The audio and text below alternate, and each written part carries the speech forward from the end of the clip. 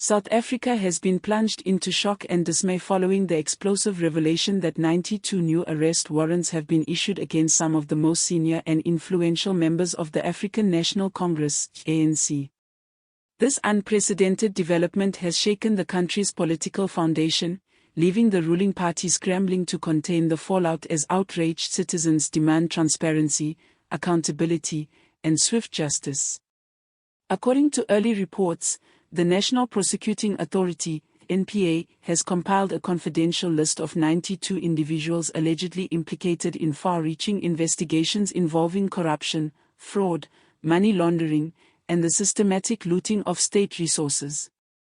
These warrants were initially intended to remain sealed until formal arrests were executed, but an unexpected leak to the media late last night triggered a national political crisis that has left South Africa reeling and questioning the integrity of its leadership. A senior law enforcement source described the warrants as part of one of the largest and most coordinated anti-corruption crackdowns in the country's post-apartheid history, stressing that no one at the top is above the law anymore.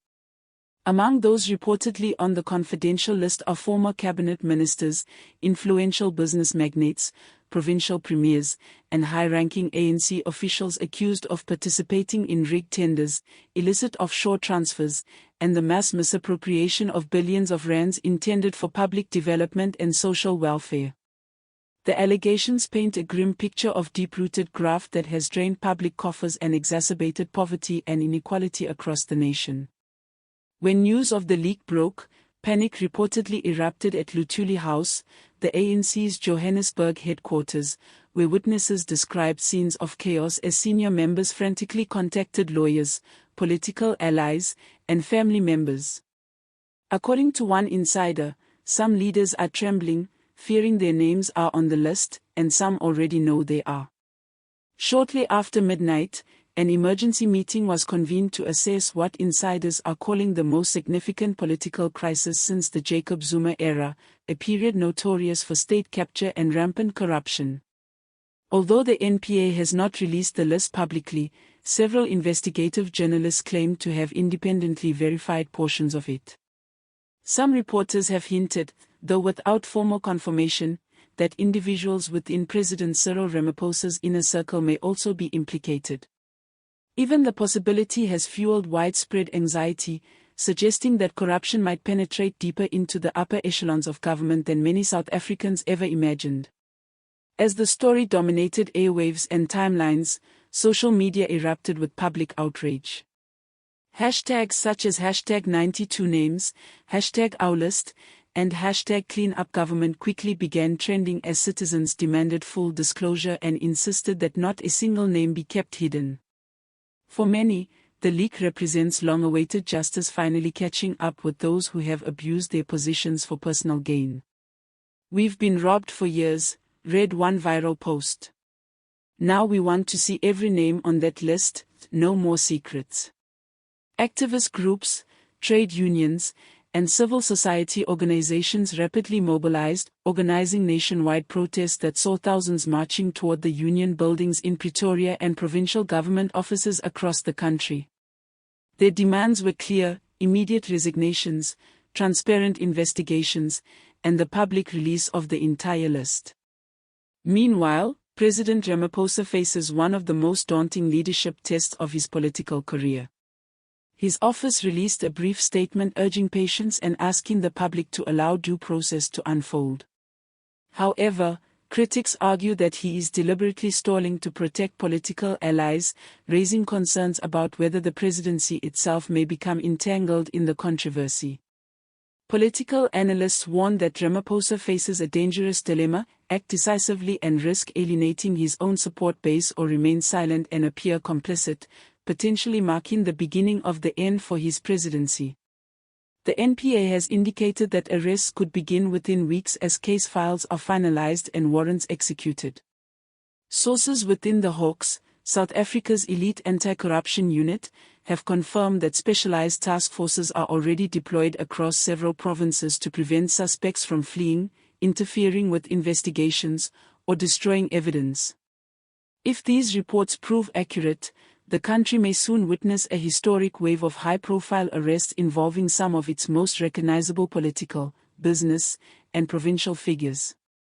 Still, legal experts caution that prosecuting sitting or former ministers could provoke a constitutional crisis, testing the resilience of South Africa's judiciary, law enforcement institutions, and democratic frameworks in ways unseen since the country's transition to democracy.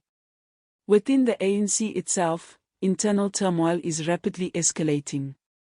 Party spokespersons have dismissed the leak as a politically motivated attempt to destabilize the organization ahead of the 2026 general elections, but critics argue that such denials no longer carry weight. As one retired ANC veteran remarked, "You can cry conspiracy every time the truth surfaces, but people no longer believe it." Reports indicate that tempers are flaring during internal discussions. Some factions insist the party must fully cooperate with investigators to demonstrate accountability and restore public trust, while others argue for an internal inquiry to control the narrative and contain reputational damage. This tug-of-war underscores just how deeply fractured and divided the ANC has become, as long-standing rivalries between reformists and loyalists resurface, each faction blaming the other for the party's decline. Across the country, ordinary South Africans are experiencing a range of emotions: anger, vindication, disbelief, and cautious hope. For communities plagued by unemployment, crime, service delivery failures, and persistent inequality, the news has struck a deeply personal chord. Many feel betrayed by leaders who promise transformation and prosperity but instead allegedly enriched themselves at the expense of those they were elected to serve. "We've always known corruption was killing this country," one resident said during a public forum. "But to see it laid bare like this, it hurts. It feels like being robbed in broad daylight by the people who swore to protect us."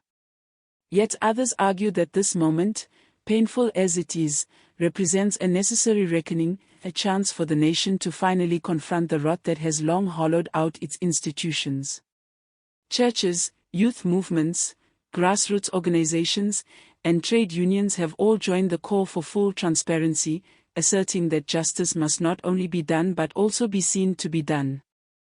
International observers are closely watching the situation as well. South Africa's credibility as a continental leader and its reputation as one of Africa's strongest democracies now hang in the balance. Diplomatic officials and global financial analysts alike warn that prolonged political instability could lead to social unrest, economic uncertainty, and potential market volatility. Investors are already wary, citing concerns over leadership uncertainty and the potential for disruptive power struggles within the ruling party. Nevertheless, some commentators believe that, if handled correctly, this crisis could ultimately strengthen the nation's democracy. Bringing powerful individuals to justice, they argue, would mark a turning point in South Africa's fight against corruption, proving that accountability applies to everyone, regardless of influence or political connection. In cities like Johannesburg, Durban, and Cape Town, grassroots movements have begun organizing candlelight vigils, community dialogues, and public forums to discuss corruption and the future of South African democracy. These gatherings reflect a growing desire among citizens to reclaim ownership of their political destiny and hold leaders to higher ethical standards. For many, this moment is not merely a scandal, it is a reckoning with decades of betrayal, inequality, and unfulfilled promises. Some see it as a chance to rebuild from the ground up, purging corrupt figures and restoring integrity to public institutions. Others remain skeptical, fearing that the crisis will fade into the familiar pattern of political maneuvering, empty promises, and cover-ups that never lead to meaningful change. South Africa now stands at a decisive crossroads. If the prosecutions move forward and the courts deliver fair, transparent judgments, this could become the most sweeping anti-corruption purge since the dawn of democracy. But if the process stalls due to political interference, factionalism, or bureaucratic obstruction, it may instead expose the full depth of institutional decay and deliver a devastating blow to public confidence in government. The coming weeks will test not only the survival of the ANC but also the strength of South Africa's justice system and the resilience of its democratic values.